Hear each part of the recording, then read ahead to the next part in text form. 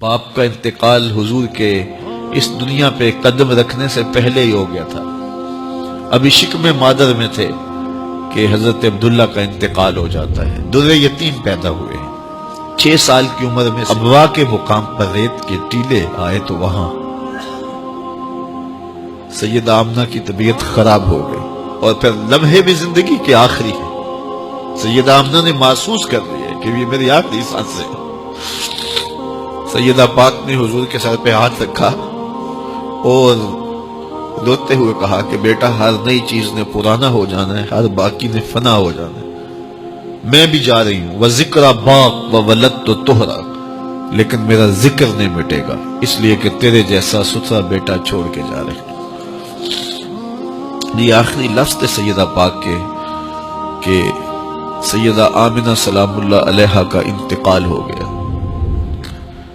خیر، حضور ماں سے لپٹ گئے، امی آپ آگے بولتی نہیں ہیں، لیکن خاموش ہو گیا تھا چمن بولتا۔ حضور نے وہیں پھر اپنی ماں کی تدفین کی۔ تدفین کے بعد ام ایمن کے ساتھ سواری پر بیٹھ جاتے ہیں اور چمٹ جاتے ہیں ام ایمن کے ساتھ، اور وہ جا کے حضرت عبد المطلب کے سپرد کر دیتی ہیں۔ تو حضرت عبد المطلب حضور کو آغوش میں لے کے بڑا روئے، اور ام ایمن سے کہا کہ میرے اس بیٹے کا تم نے خاص خیال رکھنا ہے۔ اور پھر انہوں نے اتنا خیال رکھا کہ میرے حضور فرمایا کرتے تھے، ام ایمن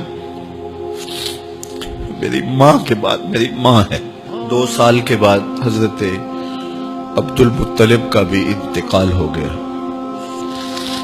ابن حشام کے یہ لفظ سینہ چیرتے ہیں کہ جب امیر قریش کا جنازہ اٹھا تو سارا مکہ جنازے کے لیے امڑ آیا، لیکن لوگوں نے 8 سال کے ایک بچے کو دیکھا جو دیواروں سے لپٹ لپٹ کے رو رہا تھا۔ آج یہ سہارا بچھن گیا۔ پھر چچا کی کفالت میں آئے۔ پھر ایک وقت آیا کہ وہ بھی اس دنیا کو چھوڑ گئے، اور اسی سال حضور کی اہلیہ کا انتقال بھی ہوا، اور اس سال کا نام عام الحزن، دکھوں کا سال رکھا۔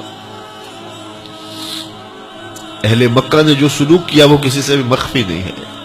پتھر مارے، گڑھے کھودے، کانٹے بچھائے، اجریاں ڈالی، اپنے گھروں کے کوڑے لا کے حضور کے گھر کے سامنے رکھ دیے۔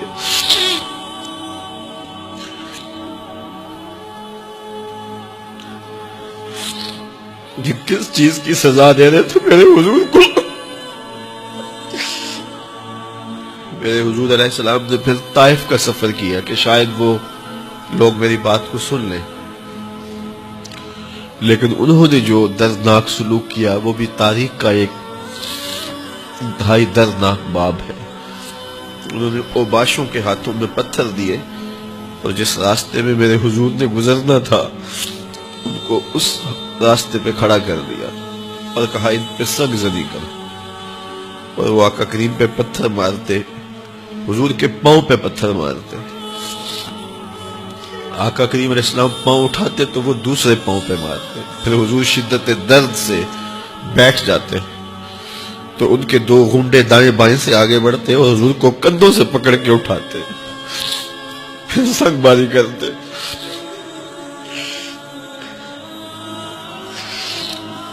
نالین حضور کے خون سے بھر گئے۔ عذاب کے فرشتے حضور کے پاس آئے کہ اگر آپ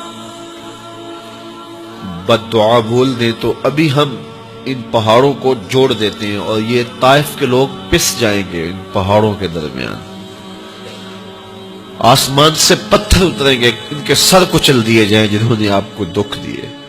اب صحابہ جو ساتھ تھے انہیں بھی شدید آرزو تھی کہ حضور ان کے لیے بد دعا کرے، انہوں نے بڑا دکھ دیا، تو پھر حضور کے ہاتھ اٹھ گئے۔